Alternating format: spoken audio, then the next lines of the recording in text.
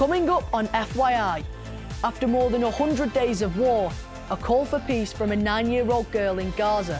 The children of Gaza are feeling cold. Please, world, stop the war.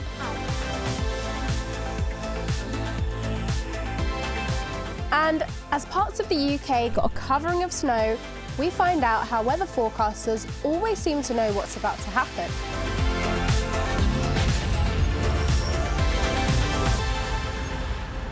Hello and welcome to FYI, the show that gives you a voice on everything that's going on in the world right now. Yeah, and this week we've just got to start with this video we found online. Thing is though, is it real? The video supposedly shows a restaurant in China where they use realistic humanoid robots to serve you food and drink. This clip has been seen millions of times all over the world. But is the high-tech robot fake news or fact? We'll have the answer later on in the programme.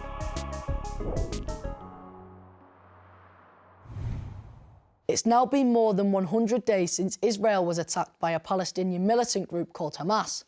On October 7th last year, more than 1,200 Israeli people were killed and more than 200 were taken hostage, including some children. Ever since then, Israel has been at war with Hamas. They say they won't stop until Hamas is destroyed and all the hostages are released. So what do we know about Hamas? Well, they're based in a small area called the Gaza Strip, which borders Israel, Egypt and the Mediterranean Sea. They're regarded as a terrorist organisation by lots of countries, including the UK and America. Gaza is about a quarter of the size of London and home to more than 2 million Palestinian people. The war has resulted in more than 24,000 Palestinians being killed and lots of buildings being reduced to rubble. There have been many protests all over the world calling for a ceasefire. According to the British Red Cross, nearly 2 million people have had to flee their homes and there's now a humanitarian crisis, with the cold weather and fighting putting lives at risk. We've been hearing from some children in Gaza who have been caught up in all of this. This is 9-year-old Lama, who has been letting people know what life is like for Palestinian children since the war broke out. She's even been interviewing other children about their experiences during the war, including teenager Ahmed, who was injured in an Israeli airstrike.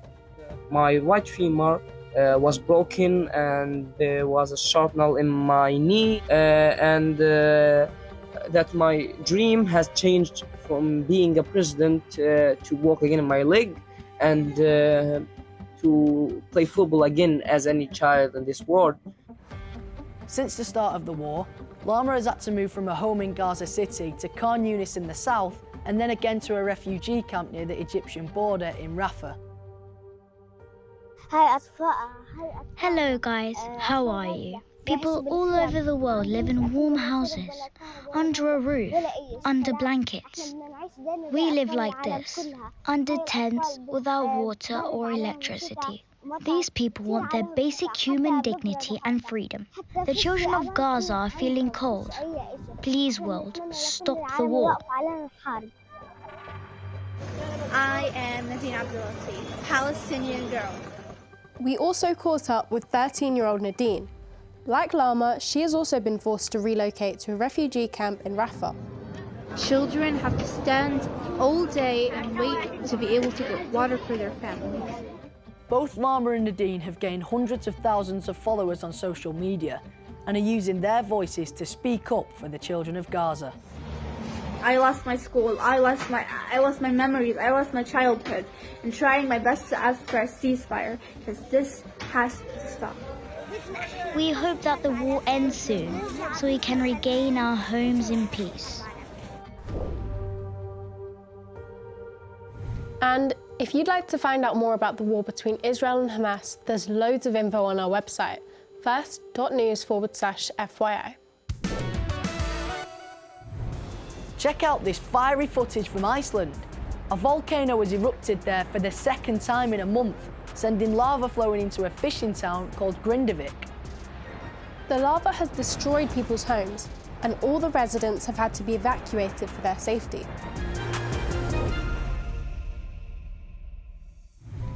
Back home in the UK, winter is well and truly upon us. Over the last couple of weeks, we've had some terrible weather, including snow, strong winds, and lots of rain. Yeah, these are some of the latest pictures we've had in.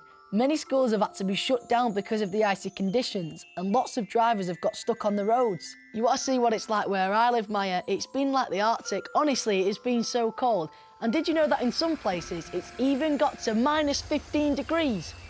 Oh my gosh, but here's a question for you. How do weather forecasters always seem to know what the weather's going to look like? Well, if you just don't get it, then don't worry, because Jariah's here to investigate. I bet when you wake up in the morning, you look outside the window and you notice the weather. If it's sunny, you might need a pair of shades for a fun day at the beach. But if it's raining, you're probably going to need a coat and a brolly. The weather forecast can help us to decide what to wear and what to do with our day. I mean, who wants to have a picnic in the middle of a thunderstorm, right? That would just be silly and dangerous. So how do we know whether it's going to be hot or cold? Well, in the days before high-tech weather forecasts, people had some pretty weird ways of predicting the weather. Check out some of these. An open pine cone suggests dry weather, perfect for the wind to take their seeds. And if cows are lying down in their field, well, some people think that means there's rain on the way. Or maybe they just want to rest. But what about weather forecasts we see on TV these days? How do they know all this info about what the weather has in store for us?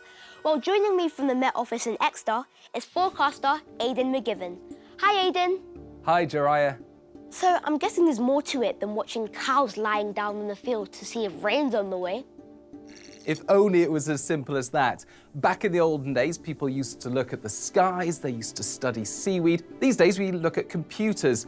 But to figure out the forecast, first we need to know what the weather's doing right now everywhere around the world.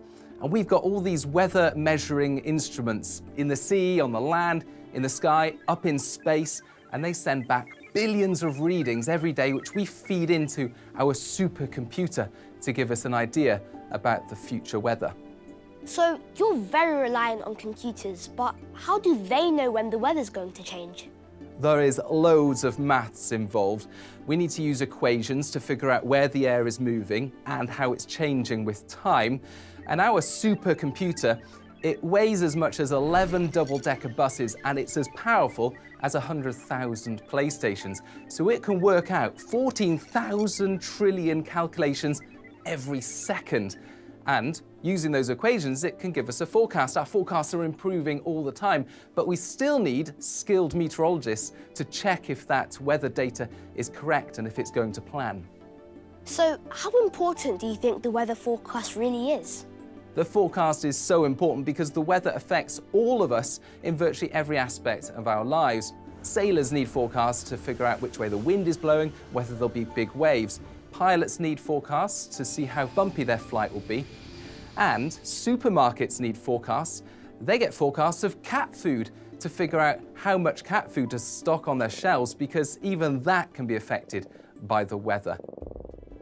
So I know the next day forecast is pretty accurate, but how far into the future can you go and still be confident that the weather is going to turn out the way you expect? We can normally tell you what the weather will likely be like a week or so ahead in your location. But beyond that, we have to talk in terms of probability. That means there's a chance of this, or one thing is more likely than another thing. So for example, if your birthday is in 3 months' time, we can't tell you exactly what the weather's going to be like on your birthday, but we can tell you that in that month, we're more likely to have wetter weather than drier weather, or it's more likely to be warm than cold. Thank you so much for talking to us, Aidan. My pleasure. So it turns out predicting the weather can be a complicated business. But with clever computers and precise data analysis, we have a pretty good idea of what the weather has in store for us. Most of the time. And there are more explainers on our website, covering everything from earthquakes to green energy and fast fashion. Check them out at first.news/IDGI.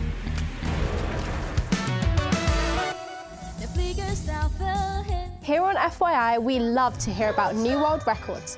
And here's one that's pretty special. This teenager from India has just notched up a new record for singing songs in different languages. Her performance went on for 9 hours, and she sang in 140 different languages. That is incredible. Now, you may already know that at some point over the next year, there's going to be a general election to decide who's going to be in charge of our country. The election has to happen by the end of January 2025. But our current Prime Minister, Rishi Sunak, said it's most likely to happen in the second half of this year. Now, you've got to be 18 or over to vote, but that doesn't mean that people our age aren't getting a say. The Children's Commissioner for England, Dame Rachel de Souza, has just appointed a number of youth ambassadors to make sure that our opinions are at the heart of the government. And we're really pleased to say that she joins us in the studio now. So welcome back, first of all. Thank you so much. It's great to be here to talk about the ambassadors. So can you talk us through, what are they actually going to be doing? Right, so 16 brilliant ambassadors. They are going to be taking the results of a survey that 330,000 young people in this country have answered, basically asking what does the next Prime Minister need to do? What should they do for children? They're going to be taking those survey results to the Prime Minister and making sure that children's views are right at the centre of the debates around the next election. Now, if we wanted to raise any issues or concerns with our youth ambassadors, how exactly would we do that? Go on my website, the Children's Commissioner's website, put in any comments, thoughts or questions there. Let's make sure the politicians listen to the children of this country. So we know this is all about hearing from young people rather than the adults. So let's talk to two people who've just been appointed as England's youth ambassadors. Over on the sofa, we've got Maximilian and Maya. First of all, big congratulations on your new roles. But Maximilian, we'll start with you. What are you hoping to achieve as a young youth ambassador? Yeah, so I'm hoping to contribute my opinion to important people in government about different online safety issues. So those online safety issues range from viral social media challenges to anxiety to body image that have happened through social media. Now, I read somewhere that the government are considering banning users that are under 16 on social media. What do you think of that? I think outright banning it wouldn't be completely effective. We definitely need to put more guidelines into place. I think we need to be wary about the different things we're seeing online and whether it's true, and fact check as much as possible.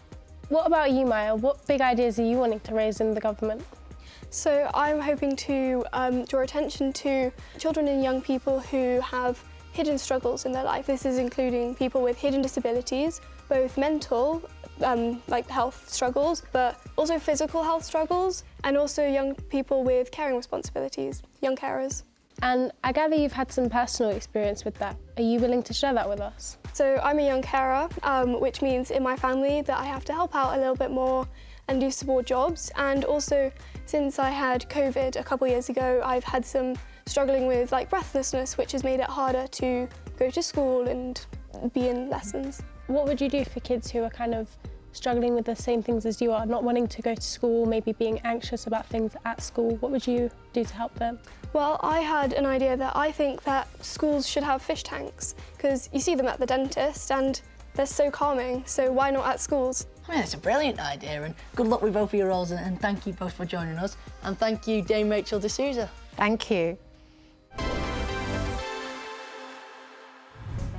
Earlier in the programme, we showed you some video we'd seen online about a restaurant in China where they were using a lifelike robot to serve their customers.